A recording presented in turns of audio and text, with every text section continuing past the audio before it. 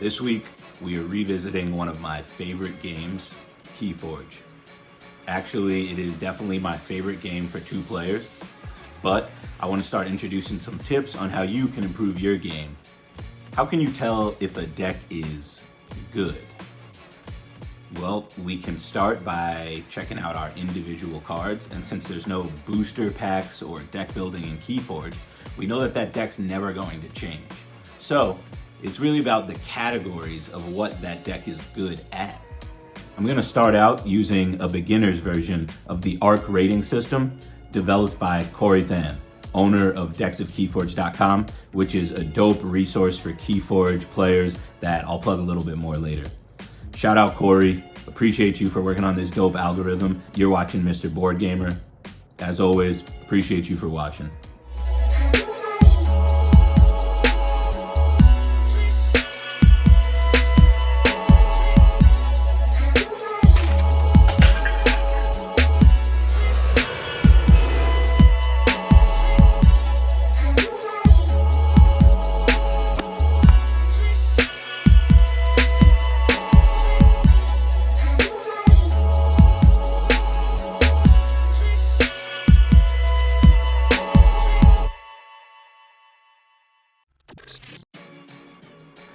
So, because I'm new to this system of rating cards, I took one of my tournament decks, which I know is one of my highest rated decks, out to see what we could possibly get if I just look at the four main categories of scoring. So the four main categories would be amber control. That's going to be, how much amber can I keep my opponent from getting, or steal or capture?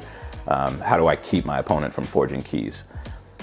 The second is going to be expected amber. How much amber can I expect cards to generate? This does not include creatures reaping because, that's all dependent on other factors if I actually use the creature to reap, but what is a card actually going to generate an amber for me if I play that card? And then the third, artifact control. How can I destroy artifacts or limit my opponent's use of artifacts? I believe that section is. And then the fourth, C, creature control. So under creature control, it's how many cards do I have that can wipe creatures out, damage creatures, disable them, things like that. So those four sections being AERC, ARC, similar to how you pronounce amber. So the deck that we're looking at right now is, I don't know how to pronounce this, but I like to pronounce it this way. Volkashi Akia Komarek. Scholar. And we have Saurian, Star Alliance, and Dis. Saurian is by far my favorite house because it's space dinosaurs, right? Space dinosaur politicians, to be exact. And then Star Alliance is my second favorite house because space again. And they've got some really cool combos, especially in this deck. Let's get into it. Your first card is always going to be your deck list. Remember, Keyforge decks come pre-assembled and randomly generated. So of 370 cards that exist in a set, you're going to get 36 cards in a single deck, 12 from one of three houses of the 6 or 7 houses that are in a set. So we've got Dis, Saurian, Star Alliance, 12 cards of each, and this list is going to show us each of those cards. So first up, we've got Dis, Binding Irons. Your opponent gains 3 chains. So chains are used to keep your opponent from drawing cards. They're really helpful because in Keyforge, you can only play, use, and discard cards of the house that you choose at the beginning of your turn. If this is going to have you drawing less cards, you're not going to be able to generate as many combos or as many actions out of a turn because you're going to have less cards to work with. And you're not going to be able to double up on choosing another house, or choosing the same house that you played in last turn if you don't have those cards in your hand. So I'd say Your opponent gains 3 chains. This would go under, remember our categories are amber control, expected amber, artifact control, and creature control. I'm gonna say this is amber control in a sense. It keeps your opponent from drawing up. It keeps your opponent from getting into their artifacts too if they have any. I'm gonna say this just, this just exists on its own over here. Let's go with that for now. There's a second one, and we'll just say they exist in a separate plane.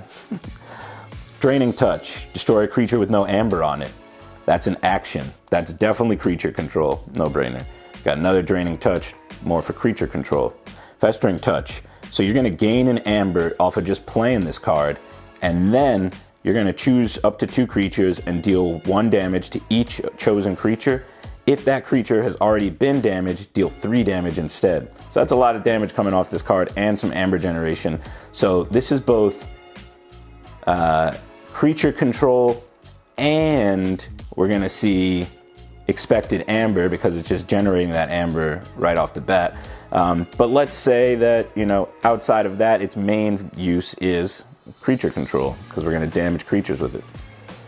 Harbinger of Doom. 2 power, 3 shield. So a shield icon, shield regenerates at the end of every turn. It does not stay on every attack though. So if you attack this creature with 1 creature that does 3 damage, it's gonna get rid of the shield. This is gonna do 2 damage back. Then if another creature attacks it on the same turn, that shield's already been wiped out. It's a different mechanic than in some games, some card games. When this creature is destroyed, destroy each creature. Off the bat, creature control, obviously it's wiping your creatures and your opponent's creatures. Creature control doesn't get any better than that. That's a board wipe. Malison, 5 power. Creature, when you fight with this creature, so the fight action only resolves if the creature survives the fight. So if Malison survives a fight, you may move an enemy creature anywhere in its controller's battle line. Then, if it is on a flank, it captures 1 from its own side. Amber control, definitely, because you're moving amber out of your opponent's pool and putting it on one of their creatures. Then, if you kill that creature, you get that amber. Amber control, easy. Not finished with you. We're generating an amber from just playing this card. And then, shuffle any number of creatures from your discard pile into your deck. So I don't think creature control really applies to my creatures. I think creature control mostly applies to if I am damaging or disrupting my opponent playing creatures. So I'm gonna say expected amber because it generates an amber just for playing it, even if the effect can't be used. Rock Rub, your opponent loses 1 amber. Creature, okay, and archive Rock Rub when you reap with him. So that means when I reap, I use Rock Rub to reap. I collect 1 amber to my pool, and then I can play Rock Rub face down in my archive next to my draw pile, my deck, and I can choose at the start of any of my future turns to retrieve my archive. So it's cool, and it keeps coming back. Opponent loses amber, so that's amber control. And as a reminder, amber control, expected amber, artifact control, creature control, because it won't focus. Soulkeeper. This creature gains destroy most powerful enemy creature, and I gain an amber off of that. But we're gonna put this under creature control because that's its main use. I'm gonna play that on an opponent's creature or on one of my weaker creatures that I'm willing to sacrifice. And then when that dies, I'm going to also be able to kill my opponent's strongest creature. Love it. Onyx Knight. Play, destroy each creature with odd power. Now, gotta be careful because in Keyforge, the order you play cards in is very important. There's no instance or trap cards that can be played on other people's turns as of these first 3 sets that have been released, 4 sets that have been released. So what we're looking at with Onyx Knight is a powerful beast of a card that can destroy each creature with odd power, but it can shoot you in your own foot if you play it too late on your turn, or too late in the game, where you've got Malison with 5 health, you've got Rock Rub with 1, If it's got odd power, it's done. So you might be losing 3 cards off that. 2 cards, math. Snag's Mirror, artifact. So we're gonna generate an amber off of that. And then we're going to, when we activate this, so artifacts come into play exhausted. Come on, you know. After a player chooses an active house, their opponent cannot choose the same house as their active house on the next turn. So you can really force your opponent into playing different houses or keeping them from using houses and artifacts. I'm gonna say that this can definitely just run the gamut across all of them. I'm gonna throw it in artifact control right now, because if your opponent has some dis artifacts or any other artifacts, you can choose those houses, but it's really situational. You have to have a matching house in your deck, right? So like if I'm playing a deck that has no Saurian, Star Alliance, or discards, Snag's Mirror is not useful for me except to generate amber. So for that reason, you know what, I'll actually shift it to expected amber, because I know no matter what, that card is gonna give me an amber. Always useful. Now we move into the space dinos. Saurian, love these guys. Chant of Hubris. So first you're generating an amber, and then play, move an amber from a creature to another creature. Love that. And we're going to say that is amber control. It's also expected amber because I'm generating amber off it, but mostly amber control because if I have amber captured on one of my creatures, I can put it on my opponent's creature to make it juicier.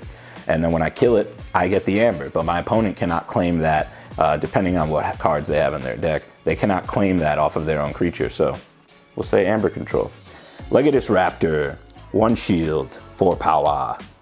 Fight. You may exalt Legatus Raptor. If you do, ready and use another friendly creature. So I'm going to say that is expected amber, specifically because of a synergy. I don't know if that counts, but I'm going to explain the synergy very soon, I think. So we'll keep him here so I can explain that synergy because it'll be fun.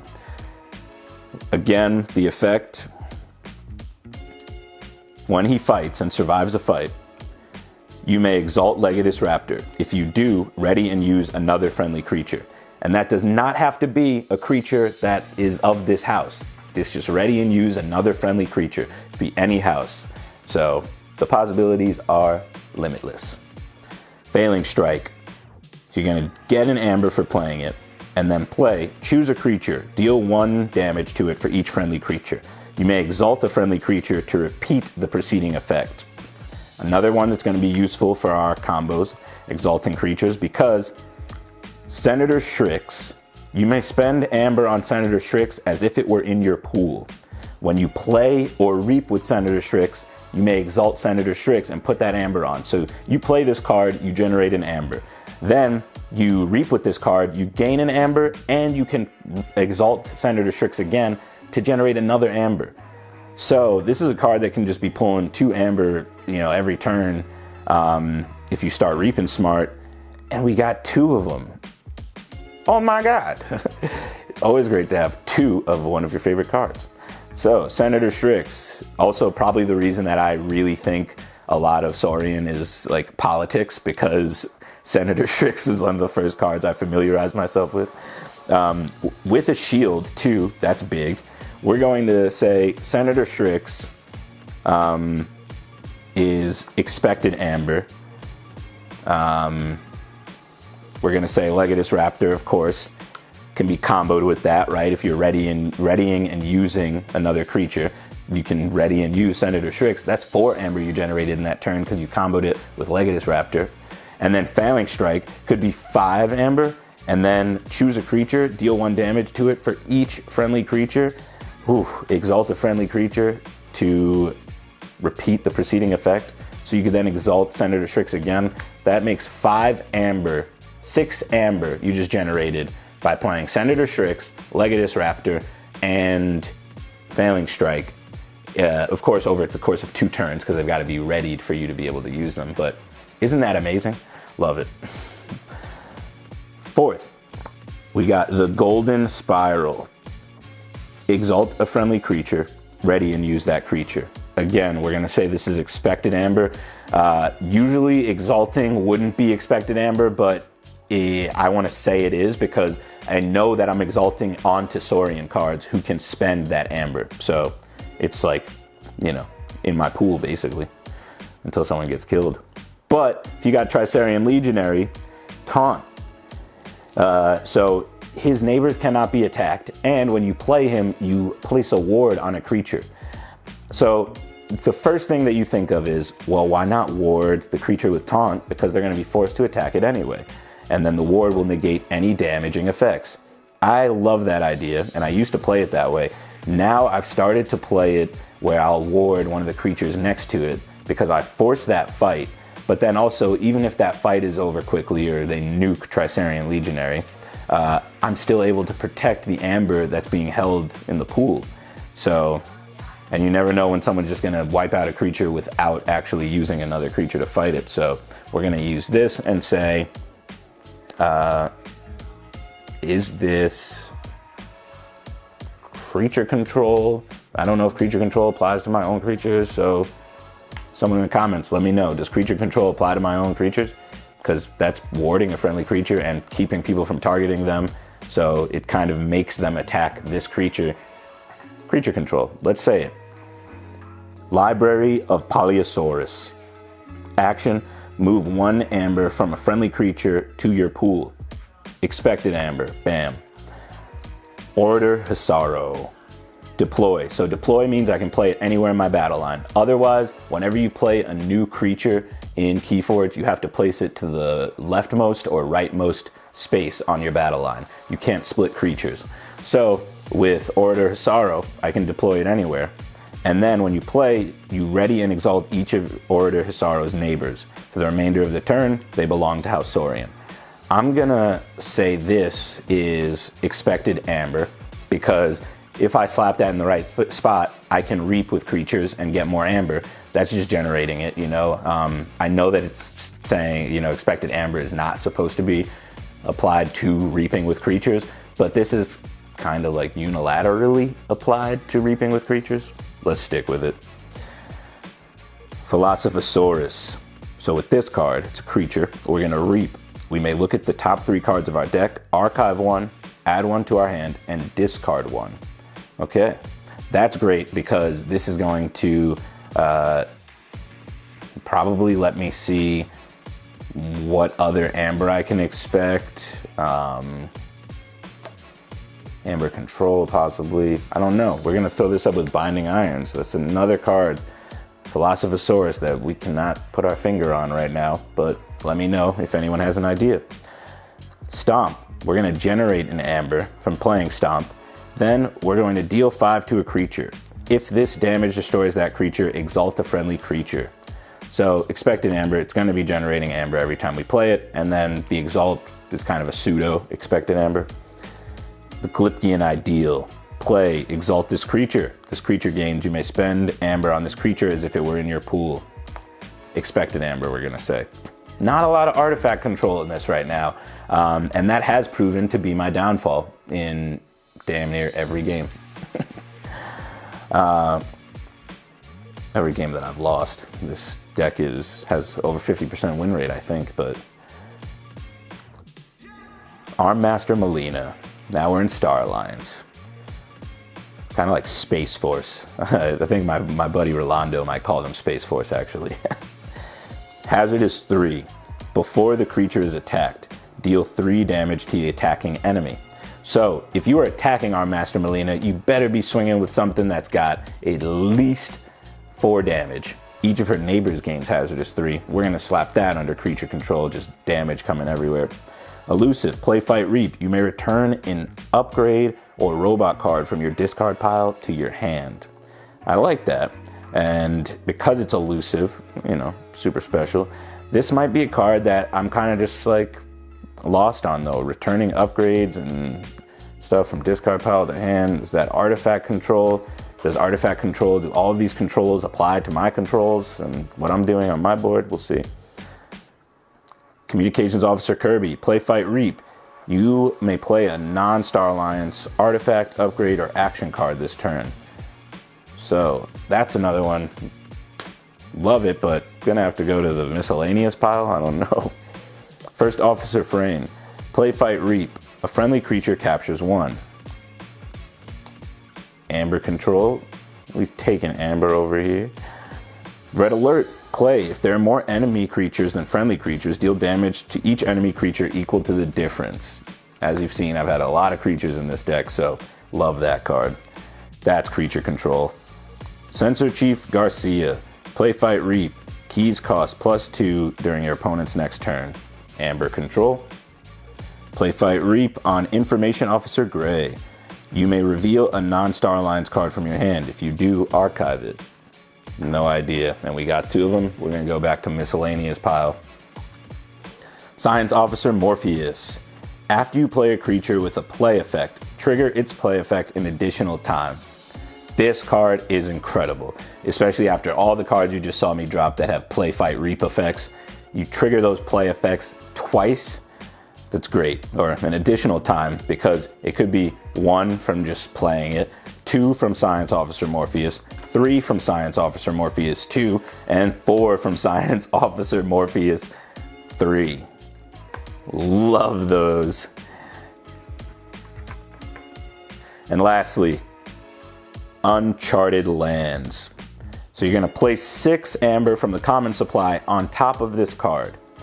Then each Star Alliance card, so each Star Alliance creature, gains the ability Reap. So when they reap and gain an Amber, move 1 from Uncharted Lands to your pool. Oh, expected Amber, easy. And here we have it. Let's change the angle real quick. So looking here, we've got maybe 1 card under artifact control, and I'm not even sure if it's actually under artifact control. You may return an upgrade or robot card from your discard pile to your hand. I don't even know if this deck has robot cards, but it's got some upgrades. So maybe that's artifact control, maybe it's not. In creature control, we've got a sizable amount of cards under creature control. So we want to go up against decks that have a lot of creatures, you know, that's okay for us. But expected Amber right here, sheesh. That's where our game is. Our game is generating Amber and holding on to it tight. Amber control against our opponent, a decent setup, but probably, other than artifact control, our lowest category right now. So this deck is primarily focused on generating Amber and keeping Amber under your control, and then also destroying your opponent's creatures and keeping them from staying on the board and creating a nuisance too much. So we're gonna pack some of this up and check out decksofkeyforge.com. So Volkachi is actually 75 SAS, and that's synergy and anti-synergy, which also factors in just your base ARC rating. It turns out that I was right about most of the deck. There were a couple of parts where I really probably just missed the mark. But Amber Control, not a strong suit for me. Neither is Artifact Control. Where I'm really going to be focusing my energy, like I said, is going to be Creature Control and Expected Amber. This is not an ad. I really just love decksofkeyforge.com. And there you have it. Those are just the basics of the ARC rating system. There's a little bit more we could dig into with other categories to improve our gameplay, but I wanted to get you started thinking about the ways you should be playing your decks and using your cards in-game. I want to shout out again decksofkeyforge.com, which I'll throw in the description below, along with a link to Corey Van's Patreon page where you can support and learn more about how you can improve your Keyforge game. Now, it's your turn. If you've registered decks in the Master Vault, send me links. I want to see what your most powerful decks are. I also want to see your cool card combinations. If it's not a powerful deck, but it's just one you're having fun playing with, drop it down below. And if you want to play some games online, hit me up anytime. As always, thank you for watching. Please subscribe to the channel and help me grow. 100 subscribers and I get my custom URL. So peep that, smash that button down there, and support your boy. Thank you so much, and I'll see you guys soon.